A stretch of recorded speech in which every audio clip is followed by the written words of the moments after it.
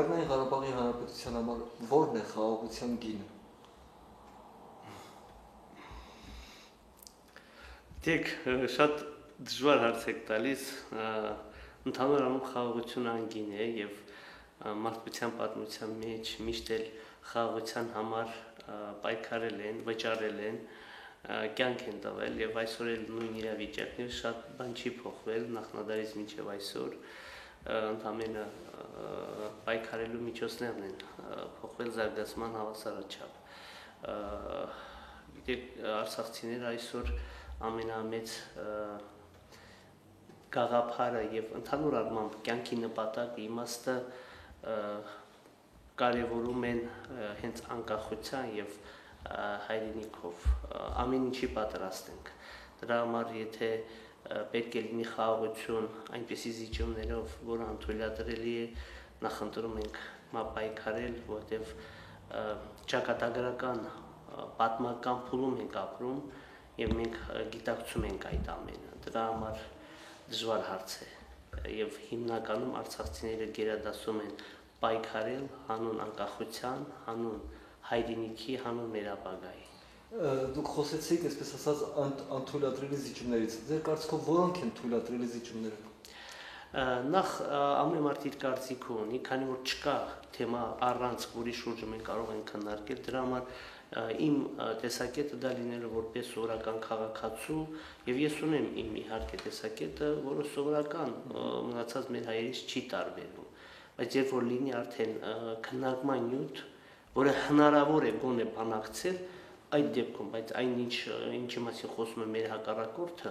բանակցելու եւ քննարկելու նյութ չունենք մենք։ Առաջին հերթին մեզ պետք է հարգեն։ Առաջին հերթին պետք է գիտակցել, որ այստեղ ապրում են մի ժողովուրդ, որը հազարամյակներով է գոյատևում այստեղ, հազարամյակներով մարտնչում է եւ շարունակելու եւ պետք է հարգել դա։ Որից հետո արդեն մնացածը։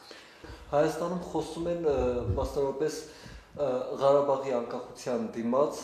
գրավյալ կամ ազատագրված 5 շրջանները վերադարձնելու մասին ո՞րն է ձեր տեսակետը։ Նայեք, եթե մենք խոսենք ոչ մի թիսող կամ չգիտեմ, հակառակը մենք ունենք հայրենիք պատմական, որը պետք է հասնենք, մի այլ կերպ կարող ենք ընդունել, մյուս, եթե մենք խոսենք այսօր հող տալու մասին, դա այլ կերպ է, դրա համար ես մտածում եմ, որ երբ որ հնարավոր լինի բանակցել, այն ժամանակ կգնահատենք, արդյոք ընդհանուր առմամբ իմաստ ունի որևէ զիջում, արդյոք հնարավոր է փոխզիջման տարբերակով հարցի լուծում, բայց նույնիսկ քանի որ մեր հակառակորդը հայտարարում է, որ ոչ մի զիջում, արդեն անիմաստ է խոսել տարածքի, չգիտեմ, փոխզիջման, ազատագրված, թե գրավյալ, այդ ամենը արդեն անիմաստ թեմա է։ Ձեզ բավարարում է այն փաստը, որ Լեռնային Ղարաբաղի անունից հանդես է գալիս Հայաստանի Հանրապետությունը։ Գիտեք, այսօր ոչ մեկը հանդես չի գալիս Լեռնային Ղարաբաղի անունից եւ բազմաթիվ անգամ Հայաստանի Հանրապետության նախագահը, որը հանդիպումներին մասնակցում է եւ ես բազմաթիվ անգամ նշել եմ, որ դա հանդիպումներ է, դա բանակցություններ չէ, մանավանդ վերջին տարիներին, որտեղ բանակցությունները պետք է առանցք ունենա, թեմա ունենա, հայտարարել է, որ ցանկացած տեսակետ վերջի ավելի ճիշտ ցանկացած տարբերակի վերջին պատասխանը տալու է Արցախի ժողովուրդ։ Իհարկե ես այստեղ նաև ուզում եմ միացնել նաև հայ ժողովուրդը, որտեղ սա հայկական, համահայկական խնդիր է։ Այստեղ միայն արցախցիների ճակատագիրը չի որոշվում, այստեղ Հայաստանի, մեծ Հայաստանի ճակատագիրն է որոշվում։ Եվ վերջում արդեն երբ որ բանակցության ինչ-որ նյութ լինի, մենք բոլորս միասին ենք պատասխան տալ եւ պաշտոնյա թե Հայաստանի Հանրապետության Արցախի քաղաքացիներ բոլորն են նույն հավասար իրավունքն են ունենալու։ Դուք ձեր հարցազրույցներից մեկում մի կարծիքով շշմելի միտք հայտնեցիք, ասացիք, որ Լեռնային Ղարաբաղում ոչ ոք սեփականություն չունի, ամբողջ սեփականությունը բանակինն է։ Ձեզ բավարարում է, այսպես ասած, Հայաստանի Հանրապետության, ինչպես ասեմ, օրինակ Հայաստանի Հանրապետությունում խոսում են այն մասին, որ մեր բանակը չափազանց շքեղ է։ Այսինքն բանակի հնարավորությունները գեներալների ունեցվածքը չափազանց շքեղ է պատերազմող երկրի, մենք չենք պատերազմող դուք եք համար։ Դուք չեք կարծում, որ Հայաստանում էլ պետք է տիրի մտայնությունը, ինչ որ տիրում է Լեռնային Ղարաբաղում։ Նախ այսօր այդ հայտարարությունը, որ ես արել եմ, համոզված եմ, որ ցանկացած արցախցի այդպես էլ մտածում է եւ այս օրերին մենք տեսել ենք, որ այո, ընդհանուր է։ Բոլորի նպատակը եւ բոլորի հնարավորությունը օգտագործում է հանուն բանակի, հանուն ներպաշտպանության, հանուն մեր հայրենիքի։ Ինչ վերաբերում է գեներալներին, ես խնդրում եմ այստեղ շատ զգուշավոր լինենք եւ գիտեք, եթե կան 1 կամ 2 գեներալներ կամ պաշտոնյաներ պաշտպանության ընդհանուր համակարգում, որոնք խախտել են, որոնք չարաշահել են, չի կարելի այդ ամբողջը տարածել մեր այն հերոսների վրա, մեր հերոս գեներալների վրա, որոնք ապահովում են մեր բանակի մարտունակությունը, որոնք անցել են ճանապարհ սկսած առաջին Ղարաբաղյան պատերազմից, այսօր էլ գտնում են առաջնագծում եւ ամեն օր իրենց կյանքը վտանգում են եւ եթե չգիտեմ մեկի մեքենան կարող է մի քիչ շքեղ է, դա հասարակության համար տեսանելի է, ես դա չեմ ընդունում։ Այո, այսօրվա մեր գեներալները ապրում են ինչպես սովորական քաղաքացիները, բայց ամեն օր իրենց կյանքը վտանգելով։ Մենք տարանջատենք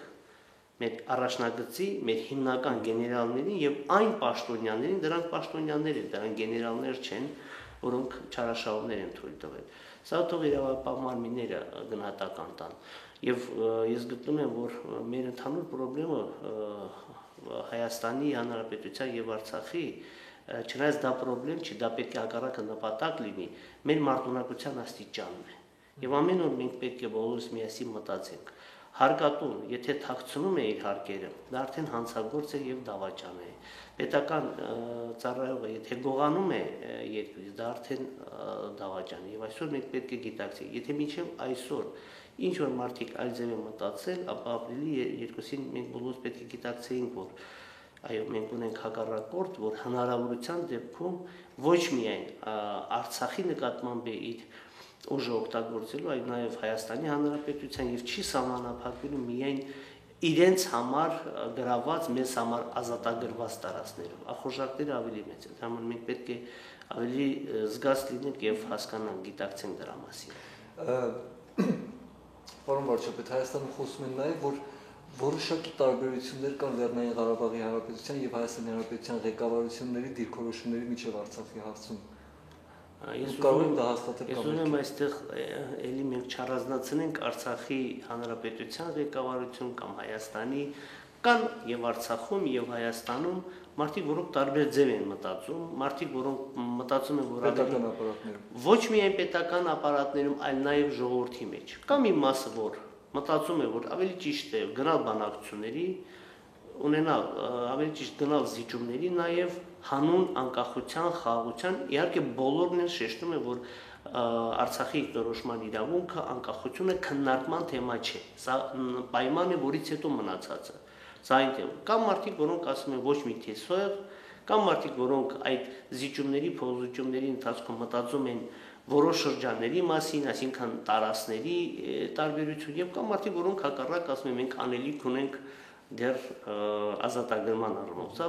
ամեն բոլոր մտքերի հետ կապված կան մարդիկ։ Եվ ուզում եմ ասել, որ պետք չէ տարբերակել ասել Հայաստանի իշխանության մեջ կամ Ղարաբաղի այդ մեր հասարակության մեջ տիրող տրամադրությունները եւ պետք չէ Հայաստանը հանրապետությունը եւ Արցախը տարբերել այստեղ։ Պարոն վարչապետ, դուք այսպես ասած զիջումների պարագայում, փոխզիջումների պարագայում որ սահմաններում եք պատկերացնում Լեռնային Ղարաբաղի Հանրապետությունը։ Ես նորից ուզում եմ այդ հարցին չպատասխանել, որովհետեւ դա պայմանավորված է առաջին հերթին ինչքանով է մեր հակառակորդը պատրաստ ճանաչելու մեր անկախությունը, մեր ինքնորոշման իրավունքը, ինչքանով է մեր անվտանգությունը երաշխավորված լինելու դրանից հետո, ինչքանով է, եթե լինի փոխզիջումներ քննարկման արդյունքում, եթե ժողովուրդը միասնական կամ մեծամասնություն ինչ որ տարբերակի լինի, դա հետագայում պաշտպանելու մեզ։ Այսինքն սա թեմա է, ես սովորական քաղաքացի եմ։ Դուք պատրաստ եք փոխզիջումների։ Հող տալուն ես պատրաստ չեմ, փոխզիջումների պատրաստ եմ։ Դրանց սահմանը որտեղ է կարող եք ասել։ Չկա այդ սահմանը։ Չկա այդ սահմանը։ Լավ, վերջին երկու հարցը ձեր թույլտվությամբ։ Ազատագրված տարածքները ձեր